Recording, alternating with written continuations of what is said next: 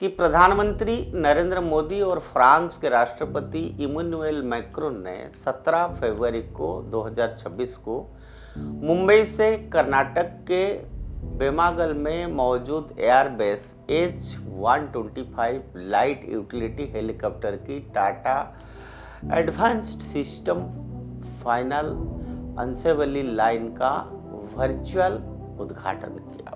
कांग्रेस विधायक कोथूर मंजुनाथ का यह आरोप कि उन्हें कार्यक्रम का निमंत्रण ईमेल से मिला और इसलिए वे अपमानित महसूस कर रहे हैं, लोकतांत्रिक शिष्टाचार की बहस का विषय हो सकता है।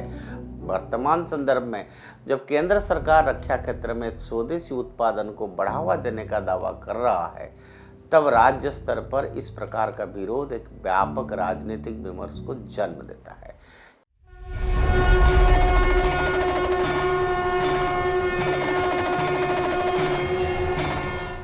नमस्कार मित्रों, उदय इंडिया डिजिटल में आपका स्वागत है। मैं हूं दीपक कुमार रथ। भारतीयता का शंखनाद में आज एक बड़ा रुचिकर विषय आपके सामने रखने वाला हूं।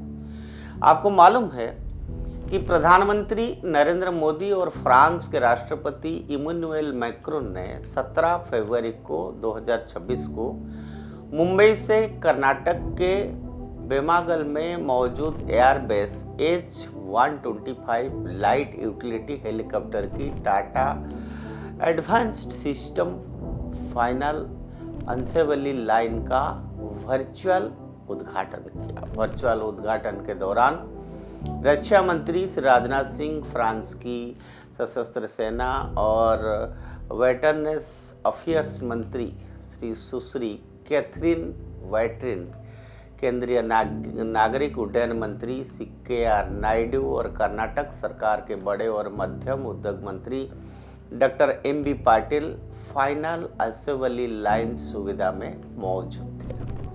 अब इस निजी हेलीकॉप्टर निर्माण इकाई का उद्घाटन केवल एक औद्योगिक कार्यक्रम नहीं था, बल्कि भारत की रक्षा क्षेत्र में आत्मनिर्भरता की दिशा में एक महत्वपूर्ण कदम था। ये वही दिशा है जिसमें पिछले कुछ वर्षों में देश ने मेक इन इंडिया और रक्षा उत्पादन में स्वदेशीकरण के माध्यम से नई ऊंचाइयां छुई है। ऐसे समय में जब भारत वैश्विक रक्षा भूमि आपूर्ति श्रृंखला में अपनी जगह मजबूत कर रहा है, तब इस तरह की परियोजनाएं न केवल निवेश और टेक्निक लाती है, बल्कि स्थानीय स्तर पर हजारों रोजगार के अवसर भी पैदा करती है। लेकिन दुर्भाग्य यह है कि इस सकारात्मक पहल के समानांतर राजनीतिक कटुता और अहंकार की एक और कहानी सामने आ गई। कांग्रेस विधायक कोथूर मंजुनाथ का यह आरोप कि उन्हें कार्यक्रम का निमंत्रण ईमेल से मिला और इसलिए वे अपमानित महसूस कर रहे हैं, लोकतांत्रिक शिष्टाचार की बहस का विषय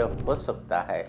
परंतु जिस प्रकार उन्होंने प्रतिक्रिया दी, बिजली काटने की धमकी, किसानों का ट्रैक्टर लेकर दीवारें और बिजली के खंभे तोड़ने के लिए उकसाना, ये केवल असहमति नहीं बल्कि संस्थागत अराजकता को बढ़ावा देने जैसा प्रतीत होता है। विकास परियोजनाओं पर राजनीतिक असहमति स्वाभाविक है, लेकिन यदि वह सार्वजनिक संपत्ति को नुकसान पहुंचाने और कानून व्यवस्था को चुनौती देने की दिशा में मुड़ जाए तो यह लोकतंत्र के लिए गंभीर संकेत है। यह भी समझना आवश्यक है कि रक्षा उत्पादन जैसे संवेदनशील और रणनीतिक क्षेत्र में निजी क्षेत्र की भागीदारी भारत की दीर्घकालीन नीति का हिस्सा रही है। जब कोई राज्य ऐसे इकाई को आकर्षित करता है तो अपने युवाओं के लिए कौशल विकास, रोजगार और सहायक उद्योगों के विस्तार का मार्ग खुलता है। कर्नाटक पहले ही एरोस्पेस और रक्षा विनिर्माण का एक प्रमुख केंद्र बन चुका है। ऐसे में एक नई हेलीकॉप्टर निर्माण इकाई का आना राज्य की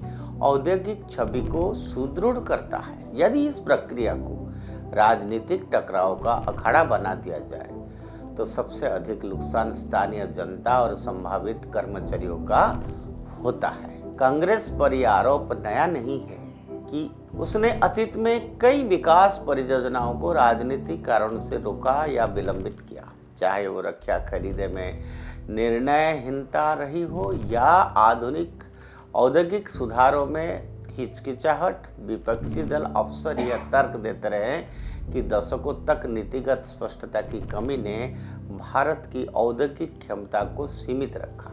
वर्तमान संदर्भ में जब केंद्र सरकार रक्षा क्षेत्र में स्वदेशी उत्पादन को बढ़ावा देने का दावा कर रहा है, तब राज्य स्तर पर इस प्रकार का विरोध एक व्यापक राजनीतिक विमर्श को जन्म देता है।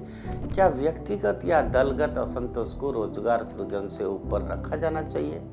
लोकतंत्र में आलोचना का अधिकार पवित्र है, लेकिन वह जिम्मेदारी के साथ जुड़ा हुआ है। यदि कोई विधायक स्वयं सार्वजनिक रूप से ये कहे कि वो बिजली काट देंगे, किसानों को उस्काएंगे, तो यह केवल राजनीतिक बयान नहीं रह जाता, वो प्रशासनिक स्थिरता पर प्रश्न चिन्ह बन जाता है। किसान जिनके नाम पर अक्सर राजनीति की जाती है, क्या वास्तव में ऐसे अराजक गतिविधियों से लाभान्वित होंगे, या फिर यह केवल एक क्षणिक राजनीतिक दबाव बनाने का प्रयास था? भारत आज वैश्विक स्तर पर रक्षा निर्यातक देश के बनने दिया जाने पर अग्रसर है। ऐसे में हर कोई निर्माण इकाई केवल एक फैक्ट्री नहीं, बल्कि राष्ट्रीय सुरक्षा, तकनीकी आत्मनिर्भरता और आर्थिक प्रगति का प्रतीक है।